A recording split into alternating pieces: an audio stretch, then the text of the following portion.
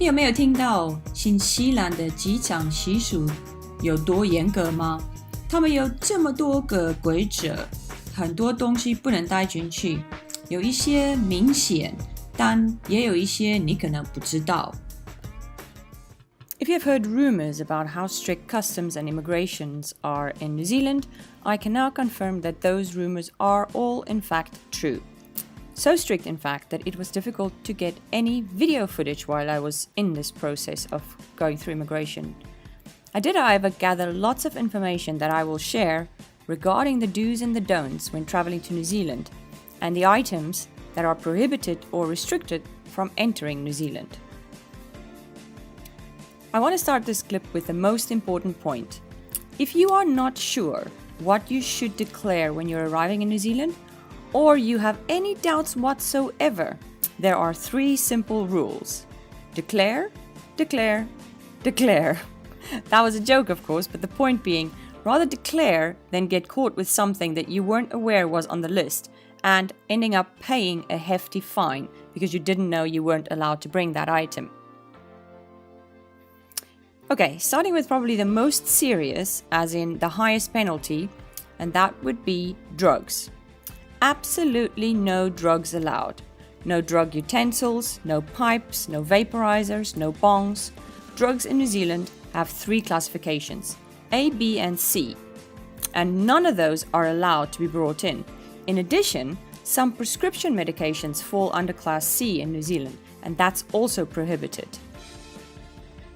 If you are unsure what drug classifications are, have a look at the video that I did on alcohol, drugs, and prostitution laws in New Zealand, where I explained everything and what each item is, to the best of my knowledge at least.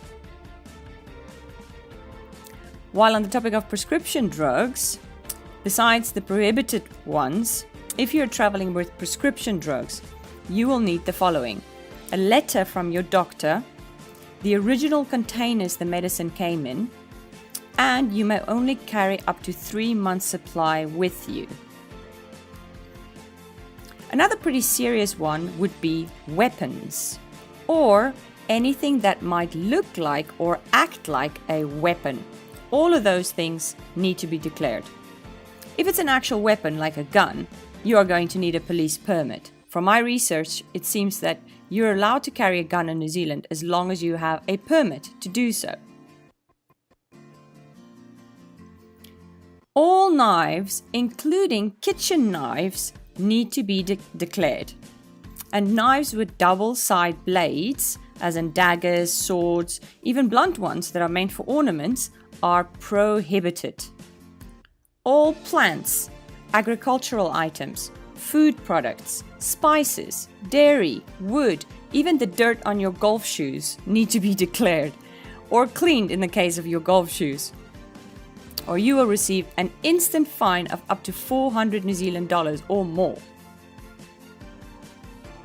If you're bringing live animals, as in pets, you need to contact the customs to find out what the requirements are, what documentation you need to prepare, and to see how the clearance process works. Remember that some of the dogs, or some dog breeds at least, are prohibited in New Zealand, so make sure that you check that list and see if your animal is on the prohibited list of breeds that are not allowed to come into New Zealand before you start the process.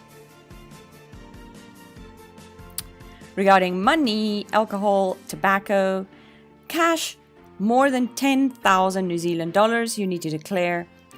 If you're over 18 years old, you can bring 50 cigarettes per person.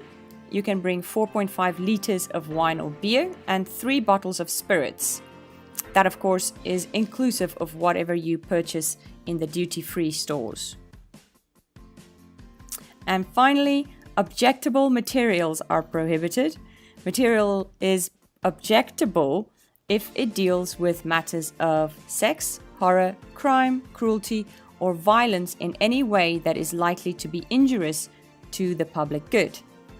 That being said, taking employment as a sex worker in New Zealand when you are a non-citizen of New Zealand is illegal, and you will be refused entry if you are suspected of such plans. In conclusion, I would like to remind you that the customs and the Border Patrol in New Zealand have seen it all. They have seen all the tricks in the book. They know what to look for, and they have x-rays, they have dogs, they have scanners, and everything to help them prevent unwanted things from entering New Zealand. In addition, they have the right to not only search your luggage, but also check your phone.